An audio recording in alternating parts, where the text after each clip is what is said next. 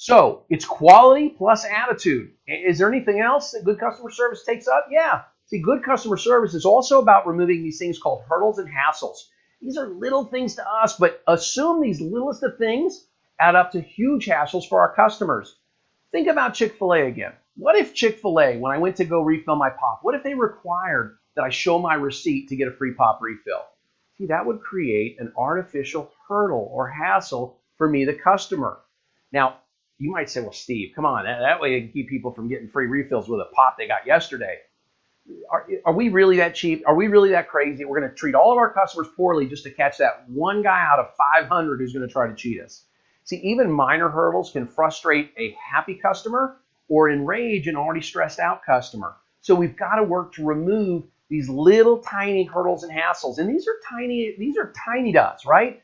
Think about these tiny examples. If you were on the server side of this, your customers are standing at your grocery store, and there are 2 lanes open that have their lights on, and a relief cashier comes into a new lane. She takes a couple people over there to help them, but she leaves her light off. Now your customers start to walk up to these three lanes that are open, but they only think 2 are open. See, it makes them mad that other cashier doesn't have her light on because they're not sure if they should go over there or not. They don't want to be rude. And so it's a tiny little thing. If you were the grocery store manager, you'd probably say, Steve, it's nothing. No, but it is something. It's something to them. It's their perception that it's a hassle. It's their perception that it's a hurdle. It's their perception that you're not doing your job.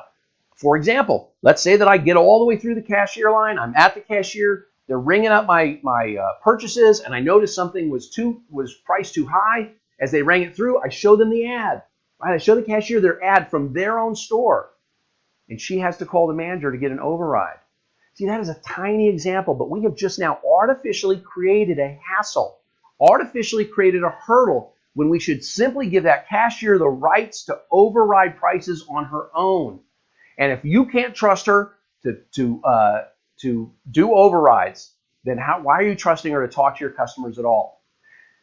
How about this? This example, we see this a lot, right? You go to a restaurant and they make you wait, and you're waiting and you look and there's 25 tables in the restaurant and 10 of them are empty, but they're filled with dirty dishes. No one's cleaned them up.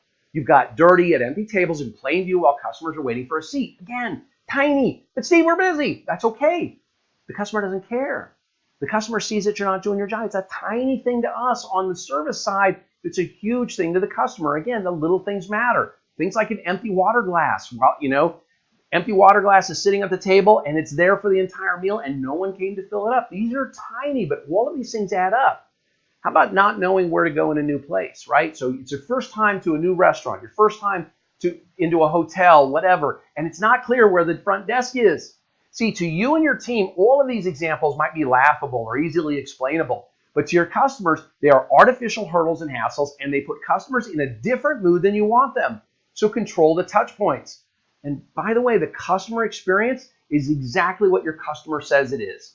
Their perception is reality, and their perception is all that matters. And oh, by the way, the perceived experience is what matters. Remember what American Express taught us. They say 2/3 of Americans will pay an average of 14% more for a great experience. Well, think about Ritz-Carlton versus, say, Fairfield Inn. Both have a comfortable bed. I've stayed at both, right? They've got, that's about it, right? That's about the only thing that's common with both of them. So why is a Ritz-Carlton usually 2 to 3 times, maybe even 4 times more than a Fairfield Inn? Well, Steve, it's luxurious. So you get all these amenities. No, you don't. In fact, you get fewer amenities. If you stay at a Fairfield Inn, you get free breakfast. You get free Wi-Fi. I don't get that at Ritz-Carlton. They make you pay extra for all that stuff. It's because of a great experience. It's not about the extras. See, if people paid 14% more with you, think about it. How much more would you take to your bottom line? All right, we talked about those closest to the customer. Realize this, those of you who are closest to the customer, frontline employees, frontline managers, you control the experience. And I have 3 rules for you to create a great customer experience. First rule is love your job. Absolutely love your job. You have to love your job. And by the way, if you can't love your job, you should try. Love is a verb, as Stephen Covey taught us. And so you should try to love your job. Second rule, love your customers.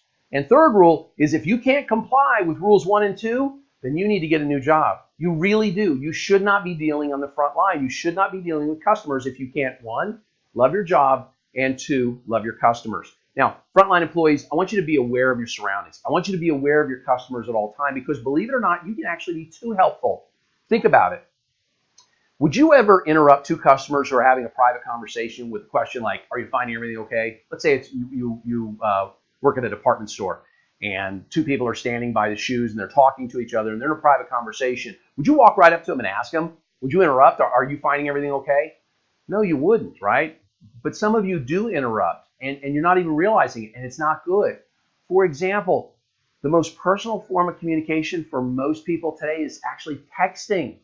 And so when someone's texting in your store, they're in a private conversation, just as if the other person they were texting is standing next to them and they're talking to each other. So don't interrupt.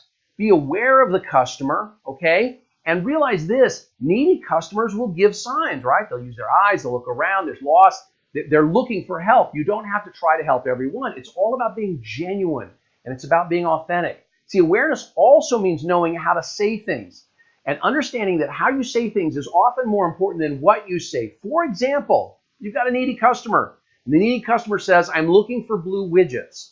And you respond, oh, I'm sorry, our blue widgets are only reserved for our VIP customers. Wow. See, that's a big mistake. You just told me what I can't have. Instead of telling the customer how you can't help them or why you can't help them, let's tell the customer how we can help them.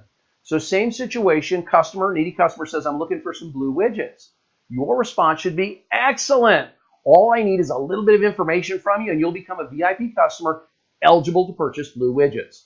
Notice how I talked about how I can help versus how I can't.